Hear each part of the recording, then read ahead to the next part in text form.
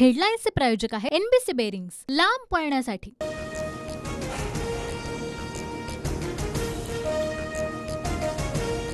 पंकजा मुंडे यांना राज्यसभेवर पाठवा, देवेंद्र फडणवीसांची केंद्राला विनंती। सूत्रांची माहिती, लोकसभेतील पराभवानंतर पंकजा मुंडे यांचं राजकीय पुनर्वसन होण्याची शक्यता।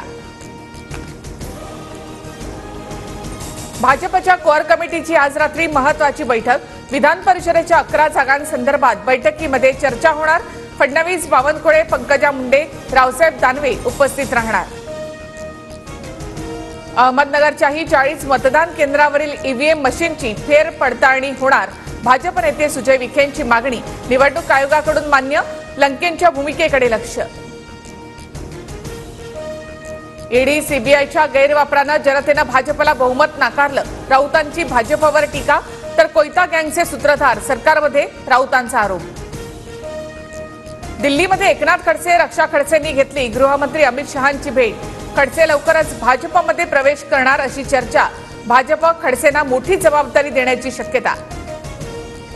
शिंदे गटाच्या मुंबईच्या निकालाबाबत लोक संशय घेत आहेत। उत्तर पश्चिम मुंबईतील रवींद्र वायकरांच्या विजयावर मुश्रीफांच्या वक्तव्यानं चर्चा। ओबीसींचा शिष्टमंडळ आज सरकारला भेटणार। फडणवीसांच्या विनंतीनंतर ओबीसींचा शिष्टमंडळ मुंबईला जाणार। शिष्टमंडळामध्ये भुजबळ, पंकजा मुंडे, धनंजय मुंडे, वडेट्टीवार आणि पडळकर यांचा समावेश।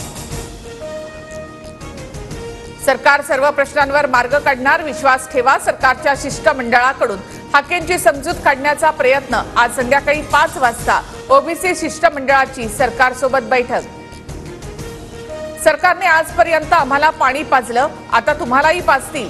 रुग्णालयामधून बाहेर पडल्यानंतर मनोज जरांगेंचा लक्ष्मण हाकेंना सावधगिरीचा सल्ला। जरांगे बोलतायत, आम्ही ओबीसींमध्ये आलो आहोत। सरकार म्हणते ओबीसी आरक्षणाला धक्का लागणार नाही। नेमकं खरं कोण बोलतंय? हाकेंचा सवाल। बोगस कुणबी नोंदी रद्द करा, नवे प्रमाणपत्र देऊ नका। ओबीसी आंदोलक वाघमारे यांची मागणी। तर आरक्षणाला धक्का लागणार नाही, सरकारने लेखी आश्वासन द्यावं, अन्यथा मरेपर्यंत उपोषण करणार असा इशारा। शरद पवार गटातील नवनिर्वाचित खासदारांची पुण्यामध्ये बैठक। विधानसभेच्या दृष्टीने शरद पवार सर्व खासदारांसोबत चर्चा करणार। लोकसभेनंतर आता निवडणूक आयोगाकडून सुद्धा विधानसभेची तयारी। महाराष्ट्र, हरियाणा, झारखंड आणि जम्मू काश्मीरसाठी मतदार याद्या अद्ययावत करण्याच्या सूचना। मतदान केंद्रावरील अडचणी सुद्धा दूर केल्या जाणार। पाऊस असलेल्या ठिकाणी पोलीस भरती चाचण्या पुढे ढकलल्या। पावसामुळे पोलीस भरतीसाठीच्या पुढील तारखा दिल्यात। गृहमंत्री देवेंद्र फडणवीसांची माहिती। पुणे कल्याणी नगर कार अपघात प्रकरण, अल्पवयीन आरोपीच्या जामिनावरील निकाल कोर्टाने राखून ठेवला। मंगळवारी निकाल येण्याची शक्यता। राज्यात येत्या 5 दिवसात पाऊस सर्वदूर बरसणार। अरबी समुद्रामध्ये मान्सूनच्या प्रवासाला पोषक स्थिती। पावसाअभावी खोळंबलेल्या पेरण्या सुरू होणार। दिल्लीचे मुख्यमंत्री अरविंद केजरीवाल यांना 2 आठवड्यांचा जामीन मंजूर। केजरीवालांचा तुरुंगाबाहेर येण्याचा मार्ग मोकळा।